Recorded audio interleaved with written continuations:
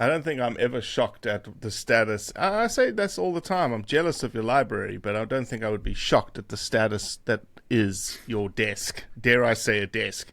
How much square footage on that desk do you actually have to work on? It's 12 the inches size by of, 12 inches? I was going to say it's a bit more generous, 16 inches square, I think. 16 inches square. Enough for a computer and a notepad and everything else. There's like your classic professor scenario all around you, right? All these books standing head high around you in your little cave within a cave.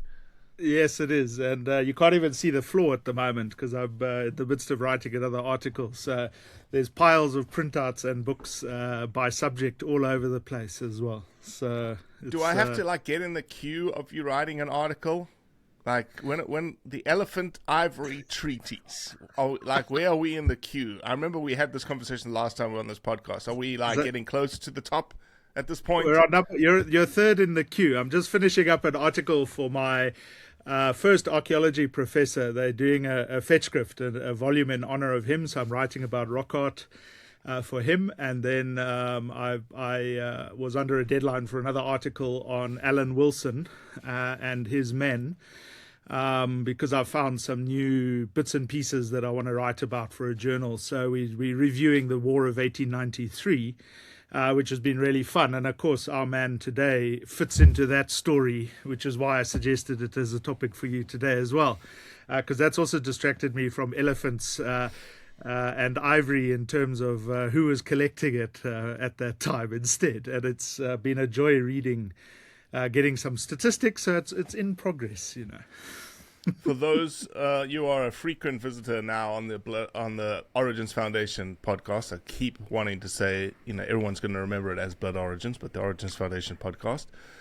For those of you that have not caught any of Paul Hubbard's previous conversations, they're all tied to ivory trade, which has been quite fascinating. But Paul, for those of you that are listening to this for the very first time, that are being introduced to you for the very first time, whether by voice or by YouTube on video.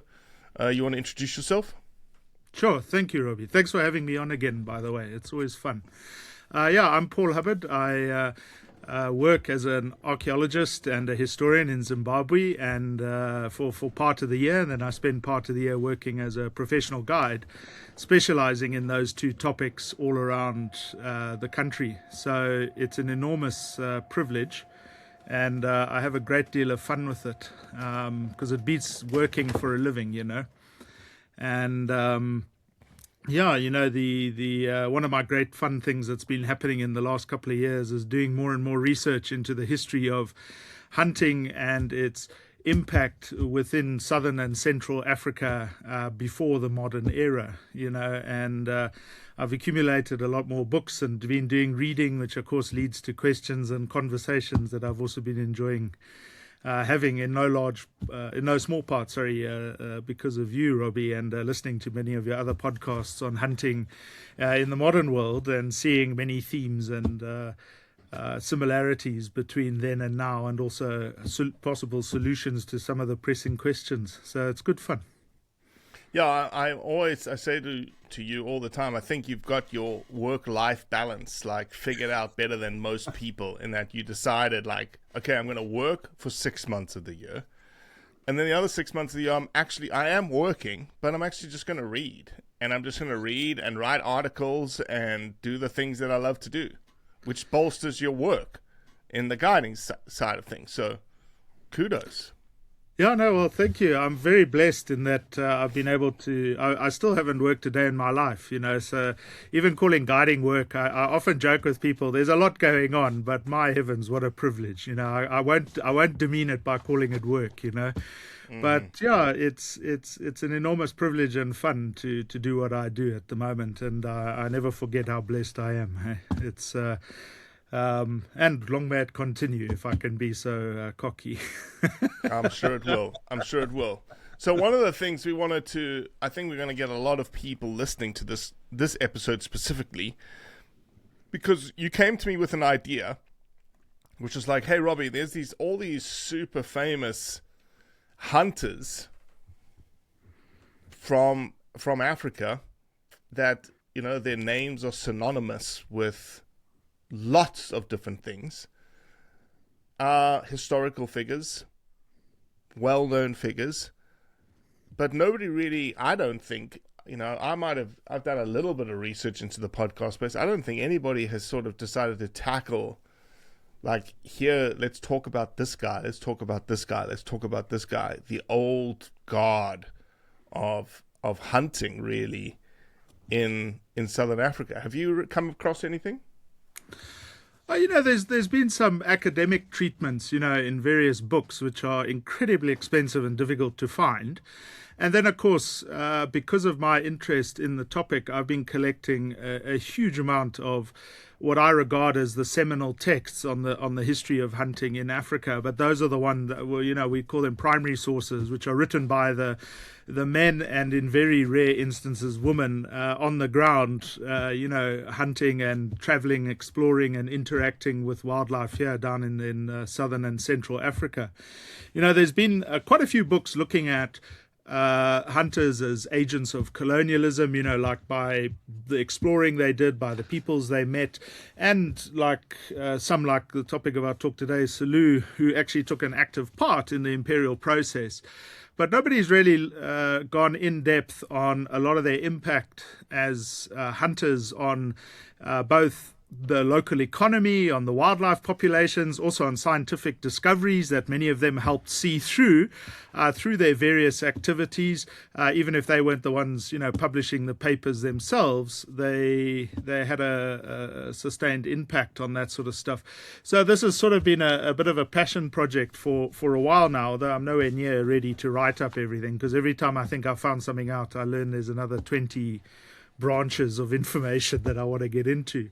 And I've listened to a couple of podcasts on particular characters as well, because I'm always interested in how other people approach the topics I'm interested in. And but I think what we had chatted about is trying to make this a regular occurring series, looking at individuals, and then also trying to offer some of the bigger picture stuff on their life and achievements, such as they may be, and also trying to put it in context, because I think even in the modern world today, there's this idea that hunting is slaughter, which there are instances where that was the case, but it is not the entire story, and neither is it often the truth.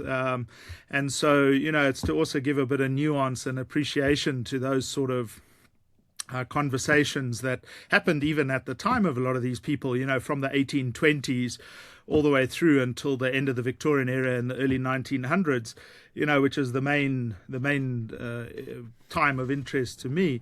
But I certainly feel that, we could have some fun looking at a lot of these legends. Today, of course, we want to talk about Frederick Courtney Selous, and then the next guy I want to do is the man who wrote this book here, which is William Charles Baldwin, who is one of the most influential of the early I suppose, the early European hunters operating in southern Africa. His book has a seismic effect, but that can be a part. For sure. Part. I look forward to it. Honestly, everybody probably in the hunting circles has heard of Frederick, Courtney Selous.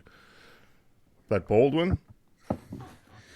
Well, just as a fun thing, reading this book. This is a reprint because I don't know where I've put my original of it. It's somewhere in I would be. I'm shocked. I'm shocked that you don't know where the original is. That's somewhere here. It's there.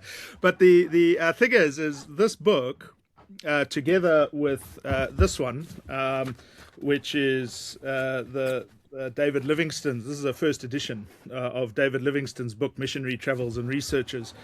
Reading those two is what got our man today, Frederick Courtney Selous, interested in Africa and as a place to visit, but also those as a place two guys to live. came before Courtney Selous.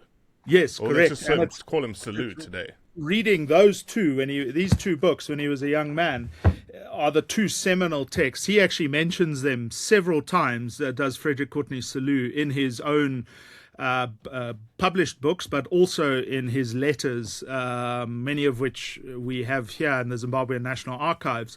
Over the years, he keeps mentioning the two of them, especially Baldwin's book, which is why I think Baldwin needs to be our next topic of interest for his influence, because it wasn't just Selous that he influences in Europe when he writes about all of his adventures in the southern half of Africa, but he impacts a whole generation of hunters in Europe and America to come out to the continent, both to hunt, to make a living here, to live here, and all the rest of it. So it's quite important. But for today, I think Selous. So Selous read these books in England, I'm assuming. Yes. So Selous, he's born on the last day of 1851. His birthday is the 31st of December, 1851, and he's born in Regent's Park in London, where he's born into a very upper middle class family, and he gets sent to a succession of boarding schools because his father was much older when he had his son. He had actually had two wives before Frederick's mom, and so he can't handle this very boisterous, outdoorsy son that he has. So he actually gets shipped off to boarding schools all around the area, and there's several he goes to, but the pivotal one is when he gets shipped off to rugby school. Which is where he has a sympathetic housemaster who knows how to deal with this boisterous young man who cares nothing for getting an education if it didn't involve the natural world in some way and the outdoors in some way. And one of the things is Selous comes from an incredibly well-educated family as well. His uncles were noted authorities on natural history, both in bird watching and in botany and entomology. That's through his mother's side. His own mother was a published poet and playwright and all the rest of it. And, Selous' own siblings, those older and younger than him, he's in the middle of all of the kids. All of them go on to be quite intellectual. In fact, his brother Edmund is the father of modern bird watching, who's another character I'd love to talk about as well. In fact, His brother invented the term bird watching and bird watcher as a recreational activity to go hand in hand with the sport of birds as it was in England and Europe at that time. So Selous is surrounded by this love of learning, of poetry, of music, and which he carries with him his whole life. He could read music very, very well, and it's one of the things I often imagine him, where he used to travel with sheet music in his saddlebags, together with a couple of books that he always traveled with throughout the whole wilds of Africa, including a copy of Thackeray's poems, and he also quite enjoyed a bit of the more romantic stuff by Byron and others. But he always used to carry sheet music, and at the fire he would pull out the sheet music and he could read it in his head and hear the music.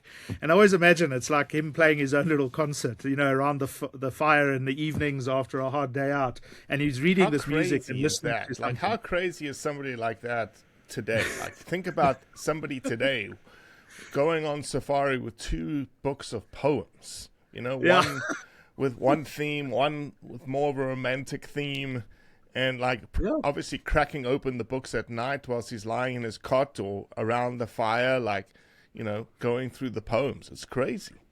Absolutely. And as he got a bit older and better known on his hunting trips, he actually always used to have a trunk of books, as well as all of his own personal journals and writing instruments and stuff. But in his books, he would carry this mixture of wildlife publications, the latest poetry, and he also enjoyed reading a lot of the classics. He enjoyed Shakespeare. He enjoyed, as it became more widely available, the works of Charles Dickens. He quite enjoyed Mark Twain's work as well, because he also saw something, to identify in their writings, but also, it fulfilled his own keen intellect. Because, when we talk about Selous growing up reading these books on Africa, he had actually devoured a huge amount of other books, which he also writes about, and we know a lot about his reading tastes. I'm not going to go into it now, even though I love knowing what people like to read, simply because, he writes a lot of letters to his mother, and he'll tell her, oh, I was reading this, and oh, I came across this mention, and oh, thank you for this recommendation. No, I didn't like that one. All the stuff you'd talk about to your mom when you're a young man in your early teens through to early adulthood, And, Selous, he fascinates me on so many levels, because he even to this day, he's a larger-than-life legend. And the more you learn about him, the more he was aware of his fame later on in his years, but it meant nothing to him, which I also find extraordinary. He knew himself very well, and neither flattery nor ego much got in the way of what he saw as his life's missions, which also changed as he developed as well. But one of the things is that which also again, I think almost anyone who loves the outdoors, and especially those who love to go hunting of wherever and whatever you like to hunt, I think you're going to identify a lot with his childhood as well, is that he's bunking school a lot of the time, getting out of lessons and dashing out into the outdoors. And one of the things that was a lifelong passion for him was butterfly collecting. Everywhere he went, he carried butterfly nets and ether. Later on, when it became easier to obtain and all that, with collecting jars and meticulously handwritten notes. I've looked at some of the specimens Selous had collected for various museums, and did he create a butterfly collection for people? Oh, massive. He donated thousands of specimens to the Museum of Natural History in London. Wow. He also collected and donated thousands of specimens into various American museums. The Smithsonian has some of his bits and pieces of his stuff. Several major European museums. It was one thing after his career in hunting, which we'll get to. He made a living for himself as a collector of natural specimens, but butterfly collecting was his absolute lifelong passion, more than hunting in a way, or should I say hunting large game in a way, because he was often caught at school with his butterfly net and usually pockets filled with specimens, as well as books where he would press some of the flowers and fungi and all sorts of stuff that he would find in the woods around Rugby School. And of course, as a youth, he was also, in the terminology of the day, he was a notorious poacher. There are so many stories of Selous being at school and being forced to run off because he had left school and was out on the surrounding areas, which were all, these big country estates owned by the various estates. Yeah, and he's there poaching birds' eggs. He was poaching birds themselves because, of course, in those days, if you didn't have permission of the landowner and you're there taking anything, you're a poacher under the law. And there's many a time where he had to save himself by showing off the incredible speed and stamina that he was well known for later on as an African hunter, by dashing off away from the gamekeepers, who patrolled the areas and all communicated with each other to keep an eye out for that young man, should he be found on their thing. And he's on record as having swum flooded rivers to get away from some of the gamekeepers. Jeez. And always... And he never let go of his specimens. As he would run, he'd have those things. It was more precious to him than his own skin a lot of the time when he discovers these things. And it's just funny. I know a bunch of hunters right now that are butterfly collectors too.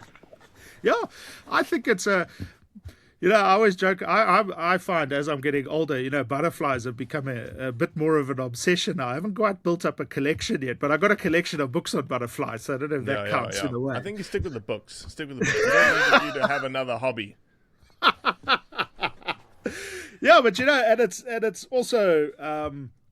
A lot of the gamekeepers, when they got to know him, they actually treated him with a rough, good-natured geniality where, he would be given a clip around the ear and whatever he had stolen would be confiscated and be sent on his way.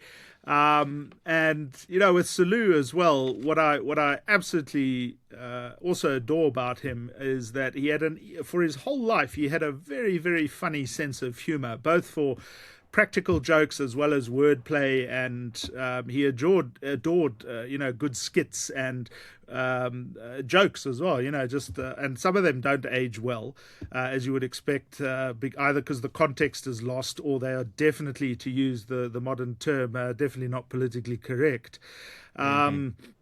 But he at school he was known for playing practical jokes. He got beaten by a master once, and he was supposed to come back for round 2, and he ran off, and the master chased him into a shed at rugby school, and he had already propped open the window at the back of the shed, climbed out, locked the window, ran around, locked the door, and then left the master there for the rest of the morning.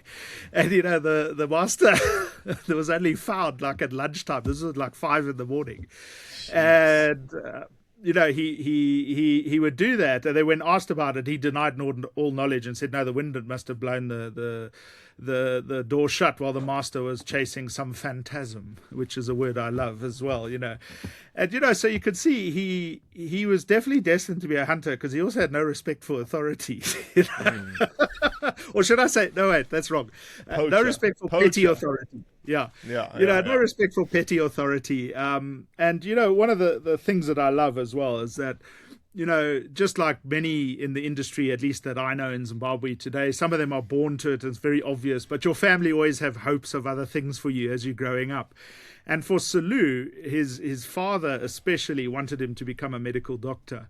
And Selous' practical jokes and poaching exploits and all this had basically gotten him persona non grata at rugby. They were on the cusp of wanting to kick him out. And so a deal is struck when Selous is 16, and they send him off to Vienna to begin training as a doctor. And what's kind of amazing to me is that, this is where he picks up on... And this is his family saying, like, you're going somewhere else. This is what you're going to be. You're going to be a doctor. Yes, his father, who as I said was much, much older than him, just wanted something what he saw as normal, like how you're going to make a living out in the bush. You're going to be a gamekeeper, like that's what are you going to work for someone else and be pennies? Because his father was a stockbroker and a banker. So, they were very comfortably well off. But for Selous, even though he appreciated the comfortable lifestyle, money was not often a motivator for him. It was important throughout his whole life. He understood money, or rather its lack, and the impact it would have on what he really wanted to do. But a life dedicated to making money had no interest for him. And that's also why, him and his father have quite a few to-dos, I guess you'd call them nowadays, where words are exchanged and things are said and all the rest of it. So this being sent to Vienna is a bit of a compromise to get him off the continent and away from each other for a while. But also while there, his mother signs him up for all sorts of language lessons and for the violin, which Selous takes to very, very well. He actually learns to play the violin quite well.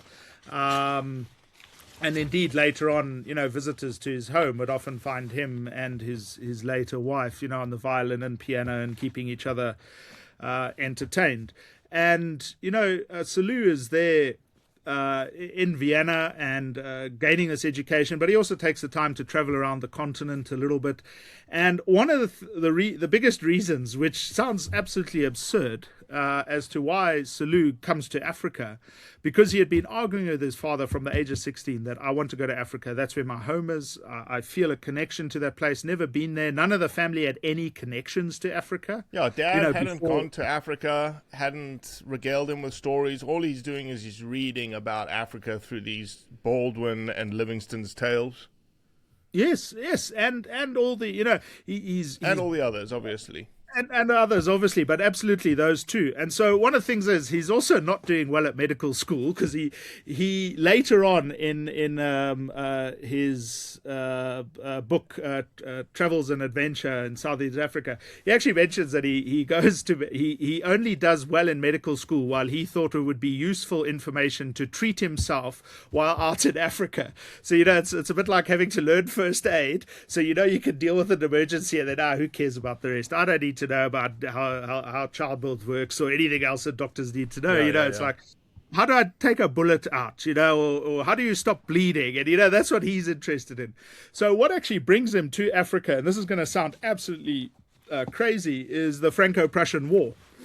as newly unified France and Germany are flexing their might against each other, which then breaks out into all-out warfare. Selous is actually completely oblivious to the outbreak of the war when it happens, because he's out in the Austrian countryside collecting butterflies, and then as soon as he hears the war is out, has started, he actually goes to the front. And because he's got this vague idea that, well, maybe if he signs up as a soldier, he'll get some independence and, head off away from his folks, and then he can get on with his life. And what happens is he decides that the life of a soldier in that moment is not for him, because as he's watching the battle, he sees genuinely, this is written up in one of his biographies, where he sees a butterfly in the middle of the shelling where there's no man's land and all this, and he runs out into it to go and capture the butterfly, then gets back and can't understand why all of his friends who had watched him run out there are absolutely horrified, and they tell his mother, who then tells him, "You come home now."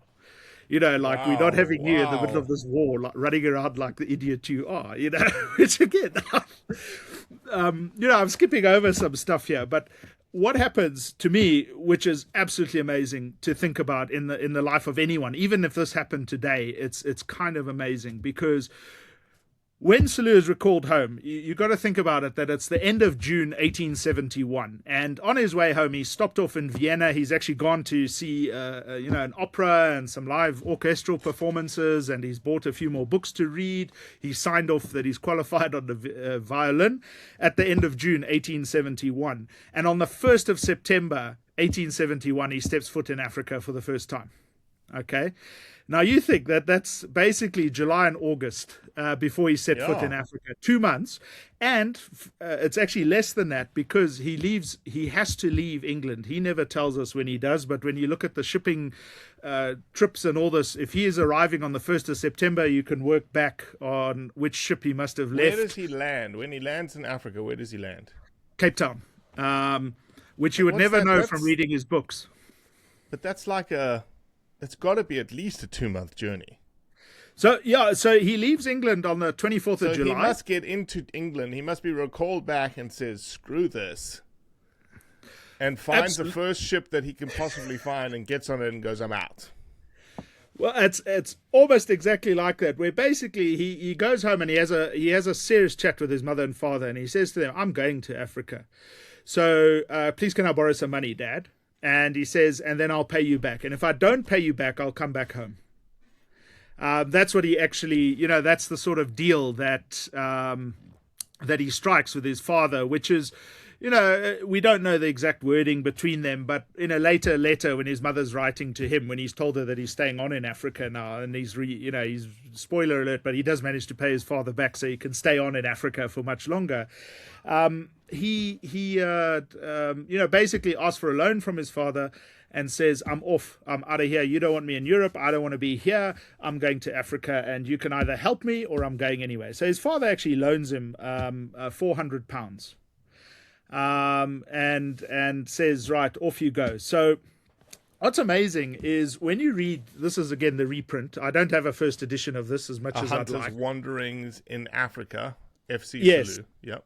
This is Selous' first book. And when you read it, this book actually starts with one of my favorite lines in African literature, because we've just said that he arrives on the 1st of September, 1871. But the book starts, "On the 4th of September, 1871, I set foot for the first time upon the sandy shores of Algoa Bay with £400 in my pocket and the weight of only 19 years upon my shoulders."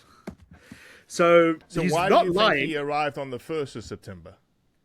So, well, we know this because he writes a letter home to his mom to tell her that he arrived on that day. So he's not claiming to have arrived in Africa, because Selous, one of the most important things to know about him is he was incredibly honest. He could make mistakes in some of his opinions and facts that he had gathered on his trips, but he is quite a faithful recounter of what happens. There's to coin a phrase, there was no BS about the man. And this was something that followed him his entire life. Was that, one of my favorite quotes is from Cornelius van Rooyen, one of the greatest hunters in the history of Africa, as far as I'm concerned, another guy for another talk. But van Rooyen always says, that man Selous, he never lies. And for a hardcore Afrikaner to say that about an Englishman, you know that there was a solid reputation there, in those years. Because Van Rooyen hunted with Selous, also read some of his books and was like, yeah, no, that's you are straight arrow.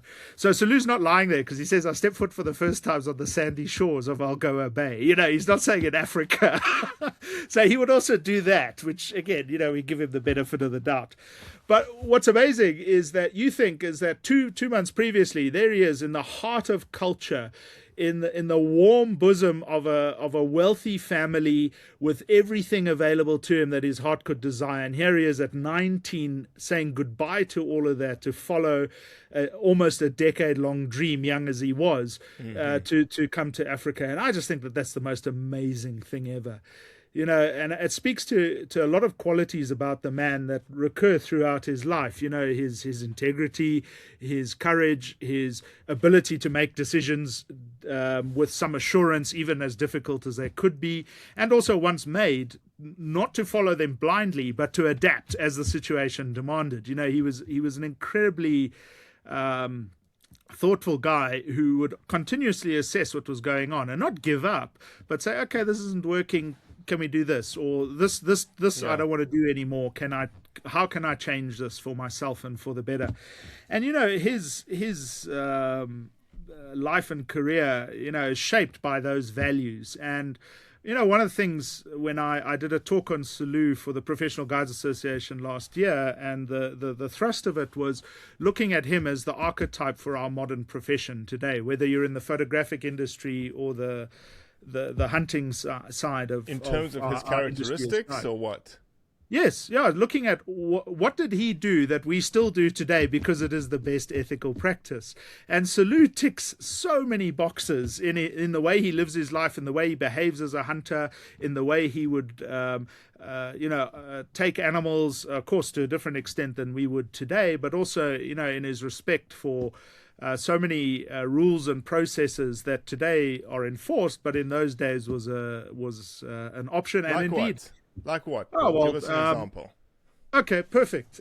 So one of the first ones is, like I said, that decisive nature. When you're a guide, you have 1,001 things that you've got to be paying attention to it the whole time when you're doing approaches and all the rest of it. And you have to always be taking into account the behavior of the animal, the behavior of who's with you, what you're trying to do, and what the end result has got to be. One of my other favorite ones is how humble Selous was his entire life. He never assumed he knew everything about anything.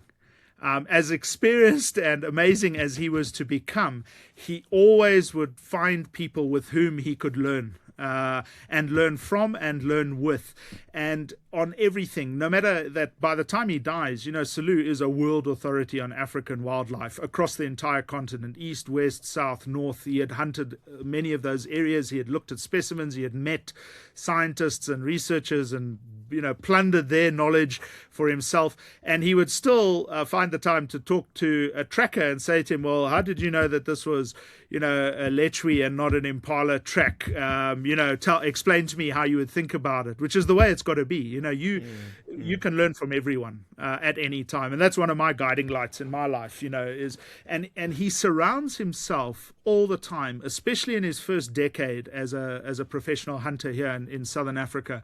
He is always linking himself to people who know more, who can teach him, from whom he can also learn just by watching them, especially when he goes out hunting. Because, Selous' first kill in Africa, his first harvest was a hare that he saw on the side of the road, that he takes a pot shot at while he's traveling up from Algoa Bay through to the Kimberley area. He actually managed to get a rabbit, and he's so excited about it. When you read his book, he writes about this like he's just managed to go after a lion. You know what I mean? It's a thing. And that's the other thing that he does, is he knows how to tell a good story, which to me is one of your prerequisites if you're going to be a good hunter and guide. You've got to be able to tell a story. Do we know if Selous has a plan? Does he gets there, and how long does he spend in Cape Town? Does he just say, all right, I'm out, and starts trending in a northeasterly direction?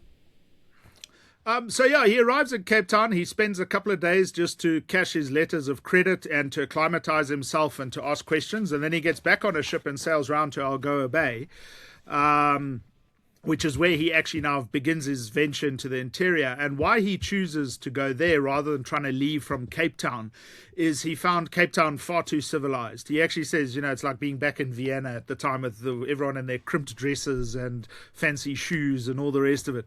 So he couldn't wait to get back in his shorts and boots and be running wild again. So he goes to Algoa Bay to start his journey to the interior there because it was seen as being more wild.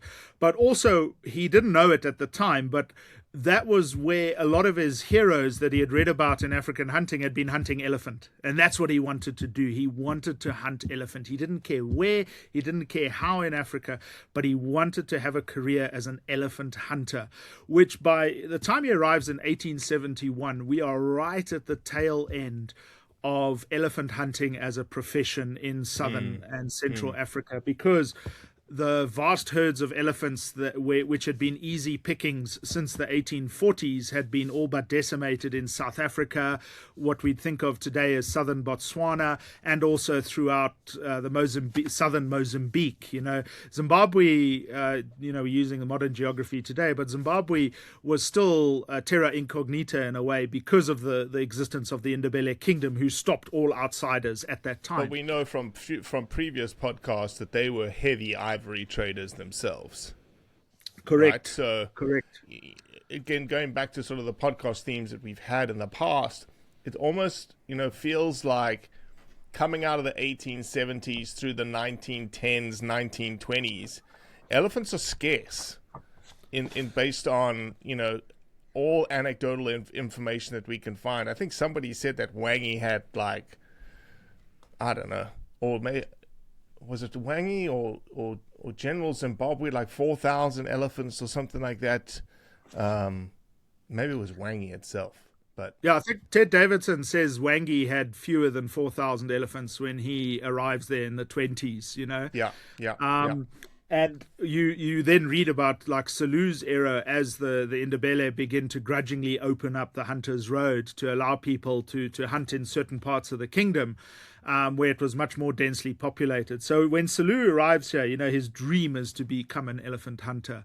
And, at that time, one of the things that makes it all the remarkable is that he manages to live for a decade as an elephant hunter, making a living from hunting elephants, hippo, and some of the other more charismatic big game like zebra, giraffe, lion, kudu for their skins and their horns. And is Selous at this time is he just hunting for himself? Is he taking people? What's the scenario here? Or is he just a contract guy that's selling skins, selling ivory, or both? So this is kind of cool. I love that question. Okay, because what happens is when he arrives here, he's got 400 pounds in his pocket. So he's actually able to kit himself out really well to head into the interior. So he's able to buy a wagon, which was hugely important for bringing your stuff back from the interior. You needed that heavy thing, and the wagon that he buys originally is capable of carrying 7 tons of kit. So he can also be well provisioned for his journey in. But it also allows him to do something that not a lot of other traders hunters and traders in the interior could do at that time, where he would hunt for himself. And, there's a whole bunch of statistics on, how many elephants he shoots in his first year, in his second year, his third year, all that sort of stuff. But suffice to say, when he goes out hunting, he's shooting a lot of elephants for himself. And then he would also, but he's not just by himself. He would actually be out with these other hunters who would go up and set up camp in certain areas and then ride out or walk out for days at a time from their camp and shoot what they could, let the tusks, recover the tusks later once the elephants have lain in the veld for a time, to soften everything up so you can just pull them out and then transport them back to that central area. So what Selous was able to do is also to link up with a lot of these white and black and also mixed race, the Griquas and Coloreds, as we call them here in Zimbabwe, mixing up with them and then just buying outright from them, and then bringing all of that ivory and other wildlife products back to the coast and selling it off for a profit. So you see, he's doing both, where he's hunting for himself, but he's also doing it. And Selous has no idea what he's doing. When he arrives here, he has not a clue. He had grown up using a gun, but this is different to having an elephant gun, as we'd think of it. One of those big bore muzzle loaders is what he starts his career off with. And I've got details written down if anyone's interested on his actual firearms. But let's get to that in a second. But the humor is that when he arrives in Cape Town, one of the first things he does as a mistake is he buys what he thinks is an elephant gun, and it's just an antique shotgun, which he only realizes, he's also like us when he arrives here, when he's starting our career. You know nothing. No, nothing. Yeah. And thankfully, he falls in with a few guys who are able to sort him out. Guys who become legends like George Phillips and Pete Jacobs and Cornelius Van Rooyen. And also one of the most impactful guys in his whole life is, of course, his man Cigar, who Selous called a Hottentot. Today we'd call him a Khoi, man who had made a life for himself as a professional hunter as well, and sort of took young Selous under his wing and taught him the ways of the bush. About how to survive out there, but also, hunting, tracking, skinning, all that sort of stuff. And Cigar and Selous form a lifelong bond until Cigar is tragically killed much later on, And Selous also learns something very different to a lot of his contemporaries, thanks to his mentorship by Cigar, which was a lot more respect for the indigenous peoples of Southern Africa than many of his contemporaries. That is one of the amazing things about many of these early hunters. Selous, preeminent among them, in my opinion, is that they leave those European ideas about racial superiority and cultural dominance and all this. They leave it at the seaside when they're coming into the interior. Yes, sure, they still are fairly racist by our standards today, but by the standards of their time, how they change in the African interior through their links and communications. A lot of them, and not everyone, of course, but a lot of these men, and Selous, preeminent among them, drops a lot of. You look at the changes in his language from his first book to his second book, he's a lot more embedded in the culture and appreciative and respectful of the peoples with whom he's in contact, trading with, traveling through their territories, asking questions about, and all that sort of stuff. And again, it sets him apart from many of his contemporaries. Paul, from day one, is Selous thinking about writing? Like, is he thinking, I'm going to write a book and then I'm going to write another one?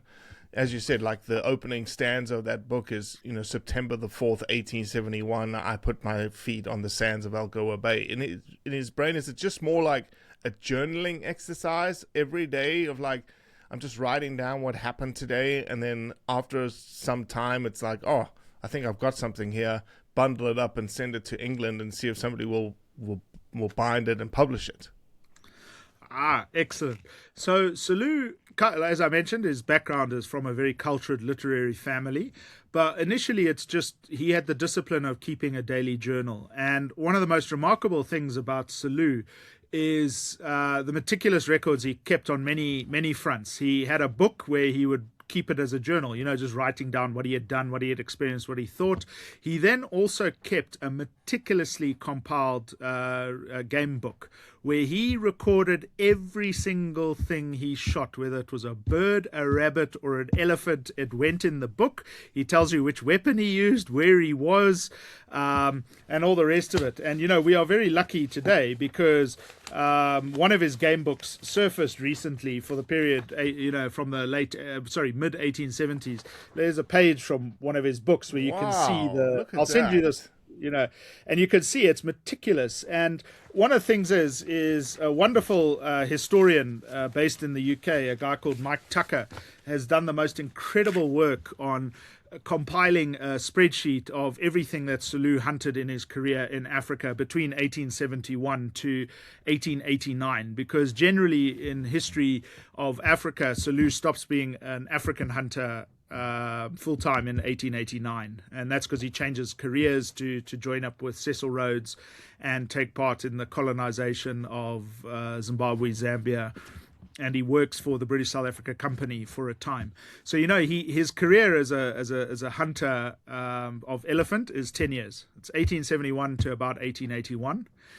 He then drops the idea of being a full-time elephant hunter, and he actually becomes I would label him as a conservationist hunter, all right? But he's basically a collector, where he gets, after the publication of that book, his first book, A Hunter's Wanderings in Africa, one of the things that it becomes, which is linked to his ideas about why he wants to do a book, is he becomes an instant authority on the wildlife, culture and geography of South and East, Southern East Africa. In the time frame of him writing the first book, it's not 10 years, right? What is it? 6 Is months. it the first 6 months? Takes him 6 months to belt it out from all of those records. But do we know geographically where he goes from Algoa Bay? How far geographically in those 6 months does he actually push in? I don't know. Sorry, it takes him 6 months to write the book, but he disappears for basically with only one short trip back to the UK in 1875. He stays in Africa for that decade, 1871 to 1881. He goes back to England. So his he's first just book published after 1881. Correct. Yes. Oh, okay. Sorry. My apologies. I did a In misunderstanding. those 10 years, do we know where he goes? Like from Algoa, like where does he actually go? Oh, well, he goes up to Kimberley. Then he does a whole bunch of short sojourns, around that area. Heads up towards the Limpopo, comes back again, and then. He then goes off into what was then called Bechuanaland. Today it's actually part of northern South Africa. But, in those days, the Transvaal, northern South Africa is the bit that touches the Limpopo. And then you come down all the way towards the Orange River.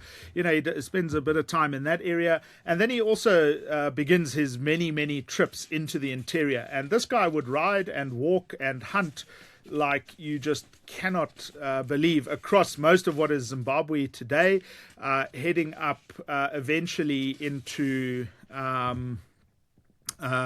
Zambia much later on.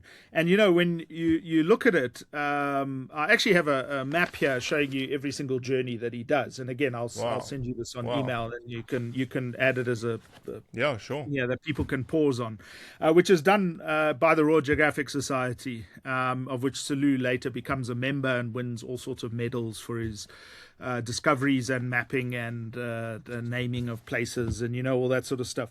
But he travels a lot through what is Botswana today, up towards the Makgadikgadi Pans. This is before he crosses over into Zim. For his first couple of years trying to be a professional hunter, and in his first couple of years he's very lucky with where he ends up hunting in Botswana and heading up towards the Makgadikgadi Pans and all that sort of area.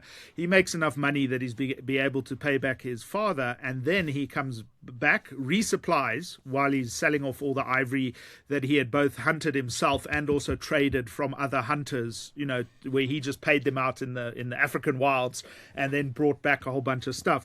And then he comes back up and he travels up to the court of King Lobengula to ask permission to take the road into the interior of Matabeleland. And this is where he meets a whole lot of the legends who take him under his wing at the court of King Lobengula. And now I have just blanked. Oh, no, that's it. He meets Lobengula in September of 1872. Which is a pivotal time in Ndebele history. 1872 or 1882? No, 1872 is when he meets King Lobengula the first time. So Lobengula 1 year himself, after landing, after landing in Cape Town, he's already up there. Yep. Because he's given his luck and he's done all these other small forays, and now he's decided he's going to be a full-time elephant hunter. And what age is he? 1851 to 72. So he's 21. 20. 21. Sorry.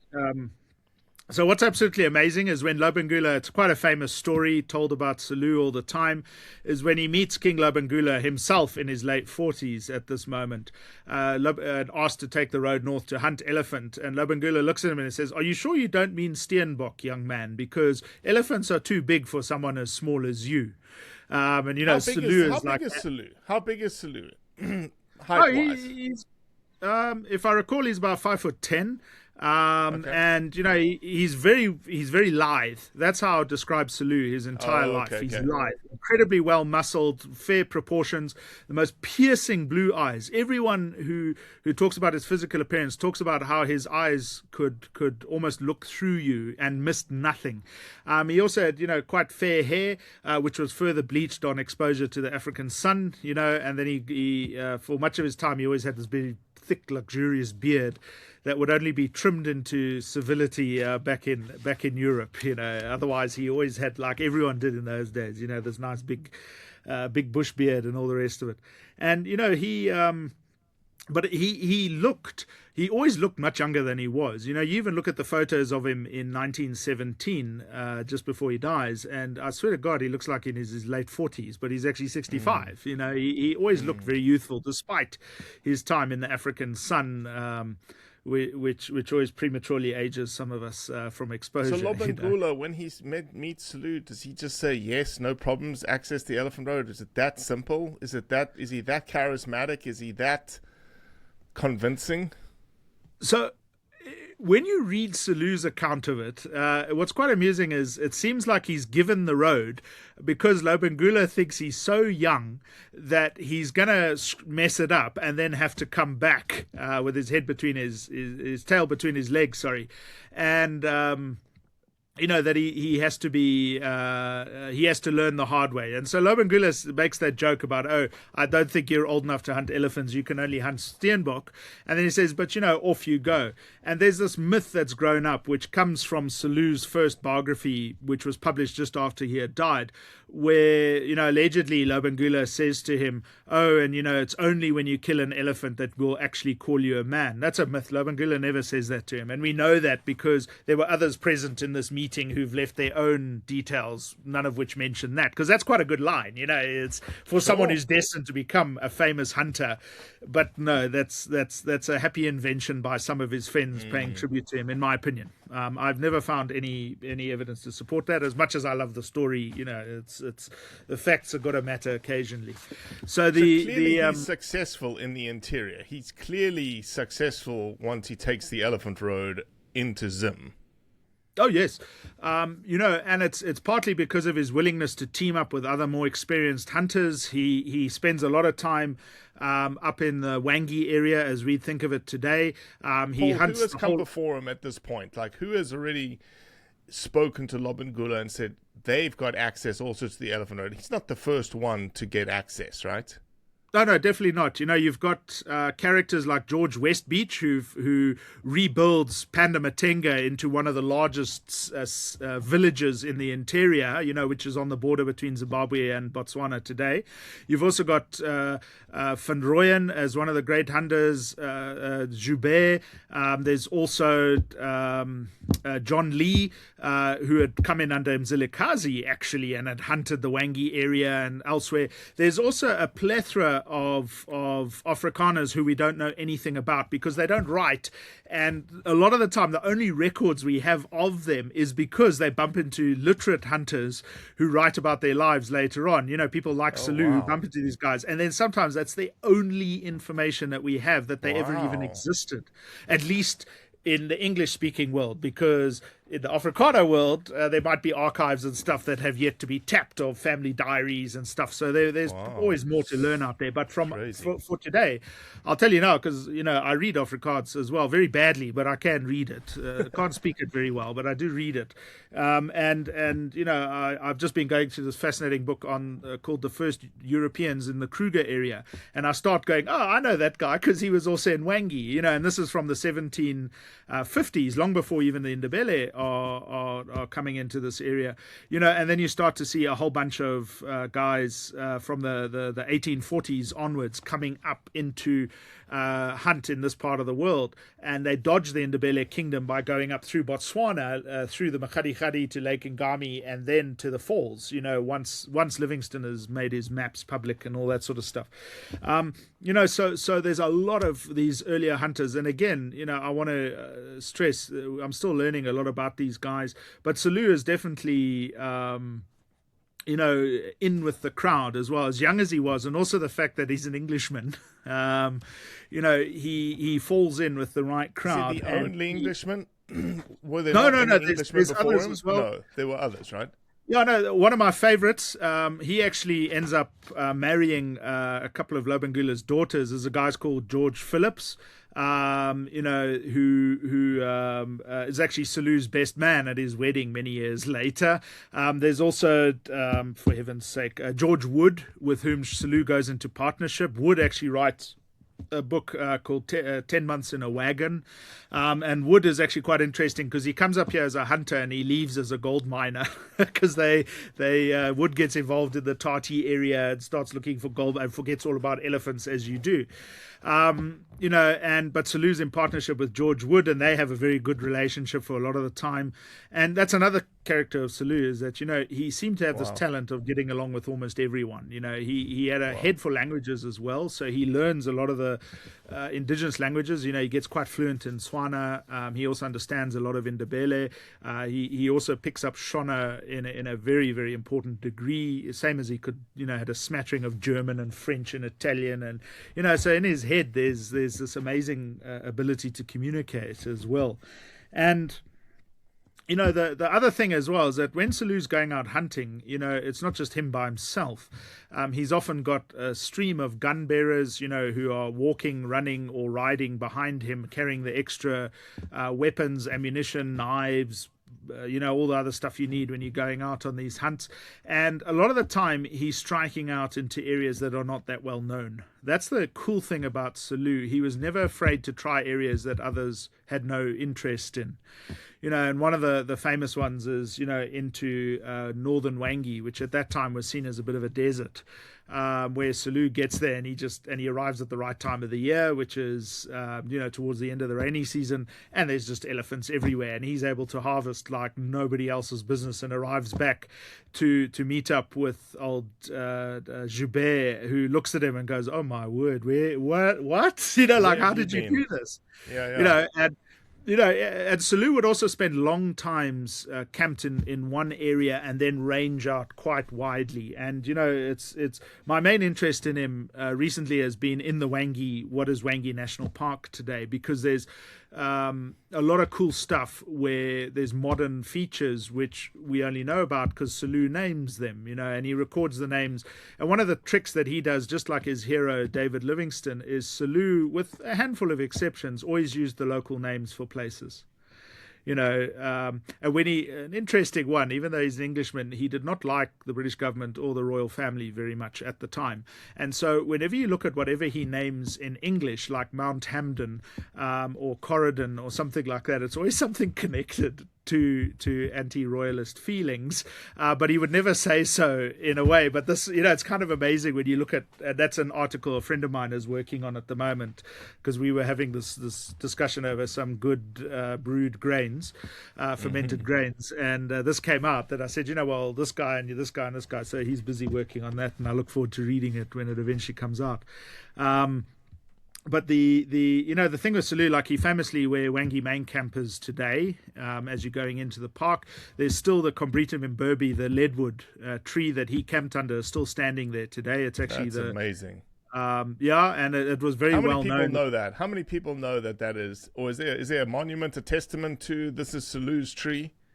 Or how many tourists go past it and be like, it's another tree? Not very many tourists are allowed to go past it because it's actually got the park manager's house is built with the garden. That's where Ted Davidson put his house. So, if you ask, they'll let you go and have a look. And it's a very easy one to know because there's a little wall holding up the one branch that started to sag, as happens with these incredibly old trees. So they built a little bit of a brick thing. It used to be an iron pipe to hold the branch up. So you'll know the tree when you see it. And, he camps there for several months at a time. And then he goes ranging around all throughout the areas today, many of which are private concessions, unfortunately. So you can't actually go necessarily everywhere he went that he talks about. But, he's hunting in areas today that are part of this national park. And that's also something that fascinates me because especially when you're reading A Hunter's Wanderings in Africa and you go back on the ground with into these areas, it speaks a lot to the environmental changes and similarities over the past 160 years in some of these areas. Paul, what's do different? you think it's possible to do that? Do you think it's possible to look back at Selous' writings and pick up like a journey? Like, oh, here's his wandering from, let's just use Wangi. You've been talking about Wangi. From Wangi north, and pick up a day in the life of Selous, or multiple week-long expedition where he goes, these are the animals I saw, these are the animals I hunted, and redo it today. Has anybody done that? I've done it with a few guests through Wangi, where we've started way down in the southern areas. And I've said, right, today, and it's where I know he was, and then I'll say, okay, he must have gone sort of in this way to get to the next point where I can confirm where he was because of the terrain or whatever, and we do that. And one of the things I don't know where I've put it, I pulled it out to work on it, but I actually have Does he just, like, for instance, does he describe the landscape, i.e. today, when obviously elephant densities are 10 times, 20 times, 30 times what they were? Like, yes, can you read what he wrote and then look at the landscape and go, wow. The main way I've done that is by looking at some of the pans that he mentions, because the names have survived into the present day, or I've managed to figure out if the names of the pans have changed, which ones he was talking about to compare to what we talk to today. Also, I know Wangi is not a place associated with river systems, but there are actually several fossil rivers that in Selous' time had a bit more water than they do today. So he talks about going through like the Masuma Malisa river, the Linkwasha Flay, where there are safari camps stationed today, who do acknowledge and appreciate that Selous legacy, I will hasten to add, for the lodges that are based in those areas. Also up towards northern Wangi, like he talks about where he travels along the Lukosi River. The one thing I did with a mate of mine, because as I think I've mentioned to you before, I've got very long-suffering friends who are very wary of accepting trip invitations from me to places. But the one I did several years ago, different expeditions, as I understand. Yes, lured is the correct word, yes. But, I did a trip which I was fascinated by with not just Selous, but a couple of other guys in the area who had traveled along the Lukosi River to the Gwai and then up towards the Zambezi, because I was trying to find, he talks about a certain village, which I'm desperate to find to do with Nambia history, but that's another project. So we actually were following, of course, we lazy, we did it in vehicles, it's because not even I'm brave enough to walk in some of the areas where he walked nowadays. But the amazing thing is it is very possible, and to also look at some of the animals that he runs across. I've had the privilege of witnessing some of the herd movements that he mentions, with breeding herds, the mainly female and youngsters herds moving through the Linkwasha area, the Somalisa areas. Even though there's much more elephants today, you can still capture some of that because so much of Wangi it feels familiar. I'm not going to say it's the same. That's not true, but it feels very familiar when you've got his book in hand and off you go. Also, another area where I've spent quite a bit of time, where he did a lot of hunting and exploring and traveling, was in the north of the country, which is where he spends a lot of time from the late 1870s through to the 1880s, which is the Harare area. The Mazoe Valley, Lomagandi area, and then all the way through to what used to be called Hartley, which today is Chugutu. That, by the way, Hartley is another hunter we have to talk about on this thing. Don't let me forget. He's amazing as well. Interesting. But anyway, so he goes through all these areas. So I've actually spent quite a bit of time going to spots where I know he was. Either he camped there or, he did all that sort of stuff. And one of these days I'll do it as a travelogue or something. It's come and see old Selous. Because, he had a town named after him, which was an area that he also spent a lot of time in between Harare and Chugutu. It's still called Selous. Which fascinates me because Selous, in the Zimbabwean government, when they've been doing all the name changes, he's actually not seen as an imperialist. He's seen as an explorer like Livingstone. So therefore the name has stayed. I don't know how long that'll last, but change is inevitable. So Paul, why did Selous I'm assuming 81, decide, okay, hunting, I'm done with this like idea of being a professional hunter? A professional just elephant simply hunter. Yeah. So if you think about it, and Selous writes about this starting in 1877 in letters to his mom, because just one thing for the source of information. Okay, in the National Archives, we have in Zimbabwe, we have over 300 folios of Selous' letters and correspondence throughout his life. The average size of each folio is like that thick. Okay, so I've slowly been reading them through. No biographer of Selous has ever made their way through all of his letters. They always just cherry pick various ones that are quite well known. But I've been slowly working my way through, and it's absolutely fascinating. So one of the things is from 1877, 1878, he starts writing to his mom and he's saying, listen, I'm really thinking of packing it in. The elephants have become increasingly scarce. It is harder and harder to find sufficient elephants to harvest to turn a profit. And indeed, in the season from 1878 to 1879, even though he goes all the way across the Zambezi into Barotse land and towards Angola, he makes £2 profit on his elephant hunting for that year. So the elephant populations had become so scattered, and Selous followed a sort of an ethical thing that we do today as well, is that you don't really attack breeding herds. A lot of his previous early experience, he had witnessed this and found it abhorrent. So he's looking for the males. He would take a large female, don't get me wrong. If she had a female elephant at a large pair of tusks, he was going to take them. So you think in his first year, where he knows nothing, okay, he harvests approximately 450 pounds of ivory from his own gun, okay, and he's then able to trade for another 1,200 pounds of ivory, give or take, which he trades from others.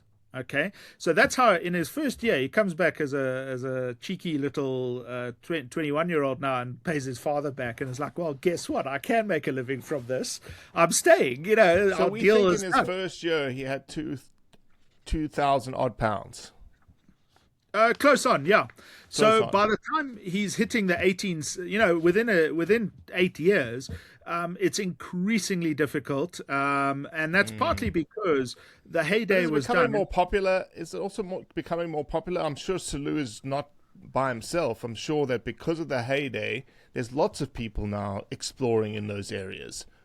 Oh yes, the big cheese in the ivory industry at that time, who facilitated the decimation, in my opinion, of a lot of the elephant herds in the area, the Four Corners area, where Zimbabwe, Zambia, Botswana, Namibia are close to each other.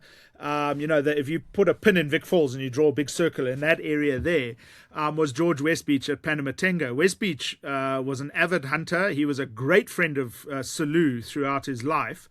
Selous and him would, have a few drinks at Panamatenga, then just walk up to see the falls and then come back a couple of days later. Like the two of them had that sort of relationship. And along the way, Selous, it's very funny when you read his book, because he talks about how Westbeach never lacked for female company, no matter where they stopped. And, Selous is like a bit taken aback at this. But with Westbeach, he actually equips huge numbers of professional black ivory hunters with guns, modern guns, and also, whatever else he could get his hands on. And he sends them into the interior to go and hunt ivory year round.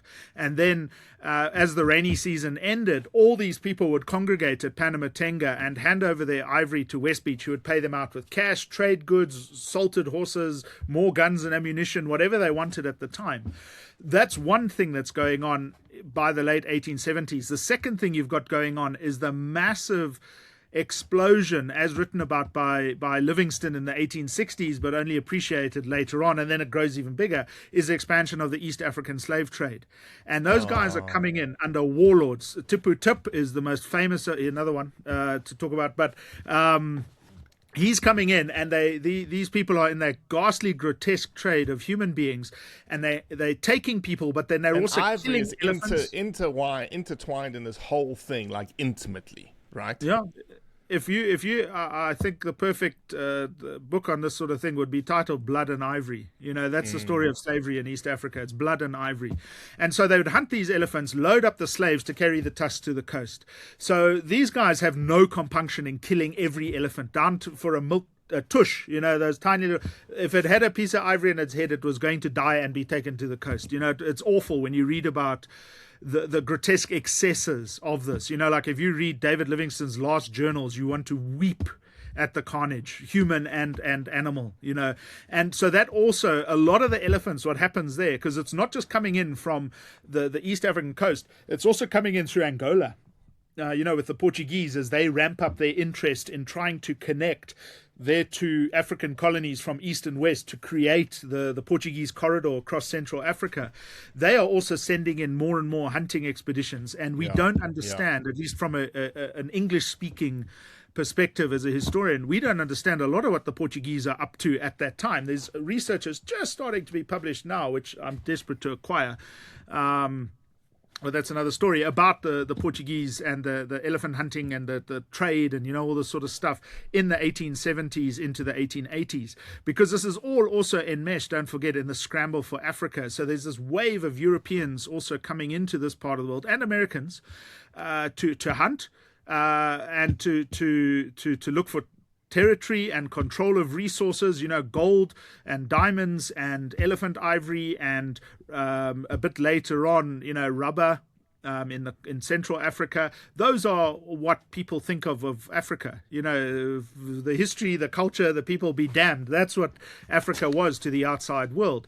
And so Selous is also a counterweight to a lot of this. When he very publicly and dramatically changes his career as well. Like he announces it when he's back in London. I'm no longer, when his book comes out in 1881, he's like, there's no point in going hunting of elephant anymore in Africa as a profession. He makes it very public. And then this is also, it's not quite his road to Damascus moment where he becomes this out and out conservationist as we think of it today. But this starts the next phase of his career as a hunter-conservationist, as someone who now starts to see the need to limit, to control, to introduce ethics, to introduce all this sort of stuff as a hunter in Africa, because we're starting to see people wanting to do expeditions, safaris, as we think of them today. I don't know if we'll get to him today, or I've got as much time as you want, but everyone always knows old Teddy Roosevelt's expedition and the story with him and Selous, which is something I do want to touch on if we get time, because I have a very different take on that. But I think what we should do is we should make a part 2. Yes, I think so. And I should have known that when I started this discussion series with you, Paul Hubbard, that we should just say, okay, this is Selous. How many parts is Selous going to be? How many parts is Baldwin going to be? How many parts is Tippetoo going to be? Yeah, so anyway, so Selous, what happens is he's talking about the slaughter of the elephant populations. He's talking to him about his mom, and then he actually talks about it. He's talking about this in his journals. In that book that you just described, the first published, he talks about the lack of elephants. Yes, and he talks about it right towards the end here. Sorry, I was looking. I had put a bookmark and then I was silly and dropped it and all the rest of it. But he actually does talk about it in the forward. Sorry, it's not, I don't know why I was looking at the back of it, but he does talk about it a little bit. But it's in his follow-up book, which is again, which is the Travel and Adventure, where he really makes it public. But it's not just in his books. One of the things when you're also asking about Selous and elephant hunting, as he's seen a dwindling elephant population, he still wants to stay in Africa in the 1870s. So what he also starts doing is writing and selling articles to various nature journals in Europe, especially the UK. He was a committed correspondent for The Field, which to me is one of the most fantastic nature journals in the world. I love reading it. I can read an issue from 100 years ago and read the current one. Always interesting stuff in there. So a lot of Selous' first book is polished up versions of those articles, which he would post in, and they'd pay him a bit of money for that. And when he's in the lead up to the publication of his first book, A Hunter's Wanderings in Africa in 1881, nobody has a lot of confidence in it. It's his first ever book. They only print 1,000 copies. So if you're looking for a first edition, you've probably only got a pool of less than 500. Okay, Wow. because so many are in libraries and archives. They all buy up the first editions and then they're not around. Sure. So if you own a first edition of A Hunter's Wanderings in Africa, well done. I have a second edition somewhere here, but I only ever pull out the reprints when I'm doing work. Just for. Have you ever come across a first edition for sale? Yes. No. I valued one for a friend who didn't know what he had. What was the valuation on that first edition? For that, because the cover was a bit damaged, it was only $5,000. If the cover wasn't damaged, I'd probably, at auction for a committed, someone who really is passionate and stuff, you could probably safely aim for 7,000 plus. If you get a signed one, oh boy, you can write you just write the number and they'll give you money. I know a couple of guys who are like that. The most valuable of his books to me is actually his book on North America. Because there's very few of those ever published, and it's a tiny little book about him hunting up in Canada and North America. He goes through close to what is Yosemite today, and all throughout that part of the world as well. From Canada across into the States and back again. When does he do this? Oh, that's in that comes out in 1908, if I recall correctly. Okay. And that one, I don't know where I've put my one as well. Selous writes 9 books. Everyone always focuses on the famous 4, which are all his Africa ones. But he actually writes books about hunting in Asia, hunting in North America, and hunting in Europe as well. Nobody ever talks about those. I don't know where I've put my copies. Wow. They're here. They're in the office. Wow. But his first book, when it comes out, he also gives a lot of talks because he sees a way. He's a clever guy, as Selous. He sees a way to take that book and use it as a business card. So he sets himself up as a modern conservationist in several ways. Okay, and when I say conservationist, equated to hunter. Okay. So, first thing he does is he gets approached, and then he starts approaching them, but he gets approached by a couple of the museums in England at that time who say, hey, we would love some specimens from that part of the world, and we'll pay you X per specimen that you can land here. We want skins, we want skulls, we want skeletons, etc., etc. So he starts, okay, I could do that. As long as you're not asking for a 150-pound tusk, I could do that. Yeah. And then he makes it very clear that he's only interested in doing this if it's for education and the erudition of the general public, as he puts it in a letter. So that's also an important thing to him, is that he's going to carry on killing things, but it's for a greater purpose now. It's for a different purpose now. It's not for money-making purposes. It's his philosophy and ethics have changed to something bigger. Absolutely, and the paycheck is part of the journey, but it's for him to survive, because he being last born in the son, he doesn't inherit much wealth either. He's got to become more self-made. His father still looks after him, but the first son gets the most. So the other thing is that's the first thing that happens. Second thing is he gets asked by so many people, "Can you take me there? Can you lead us on a safari? I want to go and shoot here. I will pay you for your advice. I want to go on an expedition. I will pay you for your advice. Because you can't necessarily take me because I want to go to Tanganyika. But hey, Africa. Tell us about it." And so he very quickly reinvents himself as, I wouldn't call him a travel agent, but certainly as an expert on hunting safaris in Africa, because nobody's interested in the photographic. The camera is always there, but they're coming here to shoot and to take animals and birds and all sorts at the time. So you can also look at this as incredibly extractive, but at the same time, in the philosophy of the era, it was I'm not trying to justify it, but it is this consumptive tourism that still sustains us to this day. In our industry as well. So there's this, and this is in the 1880s, 1890s, or just like the 1880s, early 1880s, because his next career now is for basically 8 years, 1881 to 1889, where he sets himself up in this, and then he comes back here to Southern Africa. and he begins hunting, but now with a purpose. He also travels, he brings with several people who like paying him as clients to go on these expeditions. And, he makes it very clear that he's very clever, because he makes it very clear that we're also out here collecting. So I'm going to be doing shooting as well, because we need X, Y, Z, and you're going to get to hunt this and this and this. And then off we go. So, one of the things is he's also able to do this for the museums because of something very important that I'm very privileged to be involved with, helping with some of the guides' training from my perspectives as history and storytelling and all this sort of stuff. And one of the things I always say to them, even as a hunter, is your data collection is always very important. Your understanding of the animals, your understanding of the environment, what you also report back, with the monitoring of trophies and stuff like that, is hugely important data. And Selous proves this as early as he was, because in his book, he's not just talking about the which he does so well. And I can't tell the stories. If you want to read about Selous' hunting stories and specifics, read his books. He tells the stories better than anyone, But what he also does is throughout his book are scattered with notes about the behavior, the activities, the scientific debates about some of these animals, to which he was a regular contributor. So that that's why the museums start approaching him, because they realize that this guy knows his stuff. He's not just there blowing holes in things.